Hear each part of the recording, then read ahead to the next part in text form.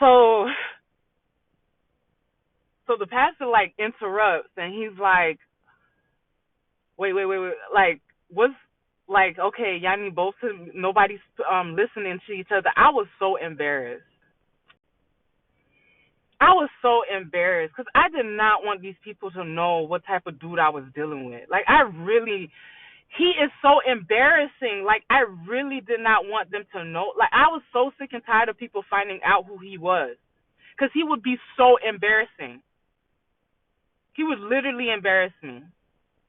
So the pastor was like, he wanted us to try to work it out. We do have a child together. I'm bringing in another one. And I was like, already in my head, I was like, no, I'm not. Mm-mm. I know this is not gonna last. And he was like, see, I want to I want to marry her. I want to do all this other stuff. Life, life, life. So when I get my first paycheck, now I'm starting to go back home, and so he finally gets approved for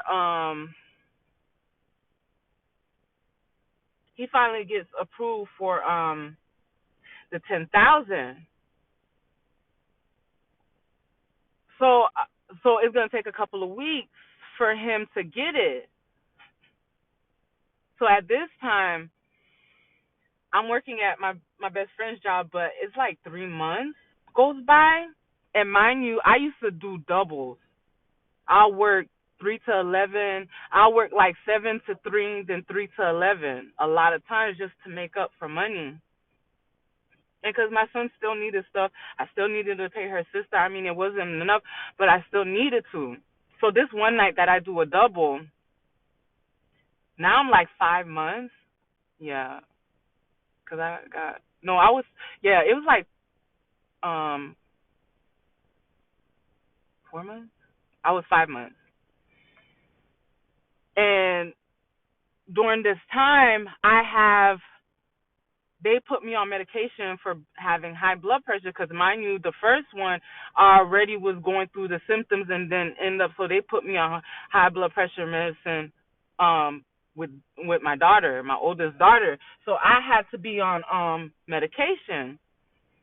So there's one particular day, um, like the manager, like she wanted to like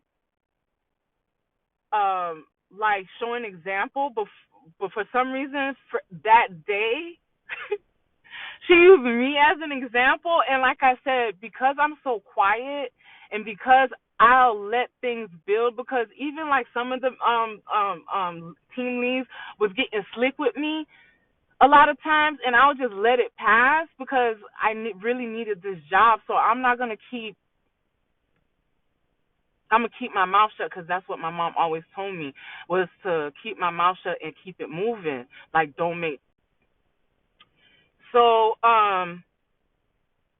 she ends, because they had a rule like you're supposed to keep the office closed. You're not supposed to have your personal items there or whatever. So I took my pills in the beginning. I started taking my pills early in the morning because I would forget to take them later because I was working so much, I would forget to take them. So I always, once I got there, I made sure I took them.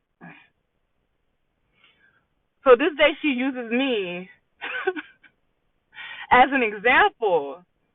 And like I said, I don't really play like I try not to play like that. So when I go, I can't find my purse.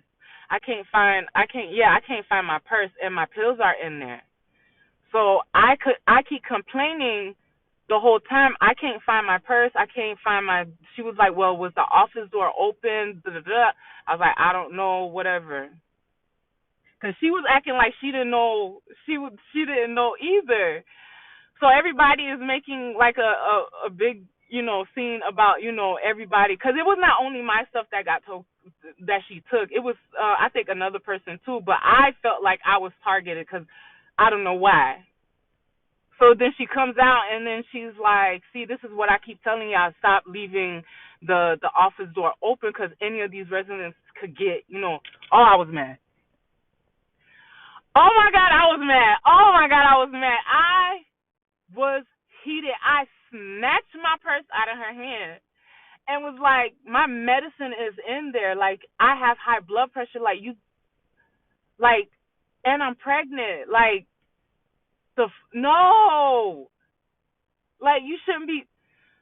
Now she's my manager now. Like, she's like, how? I think she was yelling at me and doing something like that. And then she just stopped, like, yelling. Like, because she was, like, yelling at me as I'm walking away. She stopped. Literally, she just stopped saying anything. I guess she was waiting for my response because, like I said, I'm not very good at communicating, especially when I'm mad. Either I start stuttering or I can't get my thoughts together and I don't say nothing. I just shut down. But you can see, like, all, like, the fury. Like, I'm ready to go. Like, I'm ready to hit now. So I turn around and I walk away. She's like, Rudy, how dare you walk away from me? Da-da-da-da. I was like, I thought you was finished talking. You just stopped. What? You wanted me to respond? I have nothing to say. So, granted, there was already hostility there. And then, I'm the talk around. Now I'm the talk around because nobody's seen me act like that before because, like I said, I'm very quiet and I let a lot of stuff slide when people get real slick with me. I try not to, I I I let a lot of stuff slide before I blow. So this night that I'm doing the double, everybody's like they have a new resident or whatever. And mind you, these people they're still human beings and a lot of them are very intelligent. Mind you, a lot of people don't be doing what they're supposed to do. So this time when I'm there, I ended up during the middle of the switching shifts. And mind you, I wasn't even planning to take that shift that night, but I was like, I know it's gonna cost this amount to fix my car. I might as well take it. So as we shifting shifts and everybody's getting their new participant, I'm not really paying attention. I'm being honest. Like I'm not really paying attention because this is what usually happens. These people are in a time where you're supposed to check and they're still supposed to be in your, they have like their little codes or whatever you're supposed to follow. Granted, I admit it. That's why I didn't fight when I ended up getting fired. The participant that I had ended up disappearing. Like, I could not find him. So I'm going around, and I'm like, oh, shit, he's not here. So then I tell my best friend who was on the shift that day, she's helping me look for it before we go tell the managers on shift. We can't find him. Now we have to tell them. We ended up telling them. Now there's like, they had to call the police. They had to call it was like a whole mess. They sent me, I could not stop crying. Come to find out, this man was plotting the whole week. Had his brother drive all the way from Jacksonville to Tampa. Waited until we changed shifts. Jumped the gate, and his brother took him back to Jacksonville.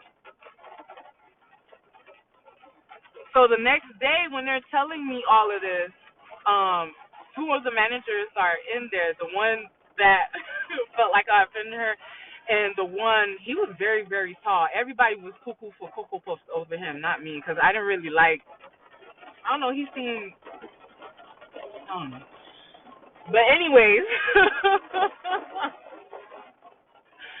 so he's there, and she's like, well, she was like, yeah, we have to let you go because, like, he was on your shift, and,